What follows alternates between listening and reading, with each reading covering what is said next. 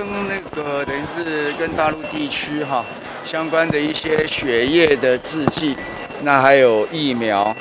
那我们是大陆的产品，我们都不准进口的。那是本来的规定就已经规定在的，并不是因为这一次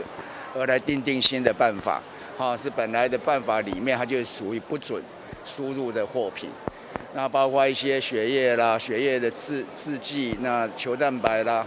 那疫苗，这一类，大概都是这样的一个情况。有脐橙吗？相关的脐橙。什么脐橙？就是说大陆，就是说相关的疫苗的部分，现在目前有新的脐橙，或者说大概什么时候可以？这现在还是目前来讲还是很清楚，是一个卖方的市场了哈。那主要的生产的单位，因为第3期的临床试验也都没有人告一段落，所以至于的脐橙，我想是没有人会知道的。那有人认为说现在只剩下1支疫苗，所以买的话担心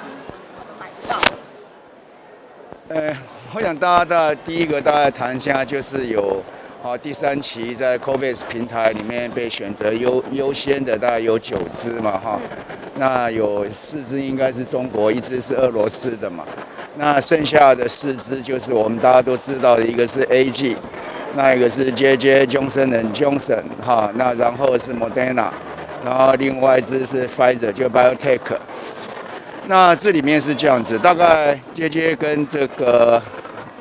我们的这 AG 这2家，他们大概就跟我们一般疫苗一样，温度大概4到8度，所以这没有冷链的问题。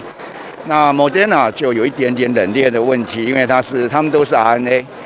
它是 RNA 的疫苗，所以它需要比较低的温度，那是-20度。那另外这个现在进展可能是号称最快的 BioNTech 这一次他们要冷链要到-70度。那其实要-70度对各国都有一些困难，能够买的国家就变得不多。因为毕竟那个保存解冻。保存的时间还有它不稳定性，其实增加了很多的变数。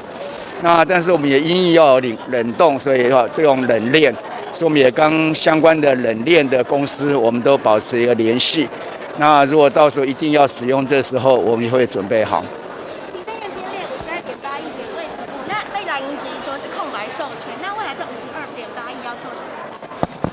没有，在那时候在编列预算的时候，应该是7月多嘛那整体就是对于疫情那时候控制还算稳定那但是我的态度就是说，其实这个疫情随时都会有变化那如果没有把一些相关的准备这些金钱准备好，那万一这个疫苗的价格有变化或采购的量，这些都很多的变数在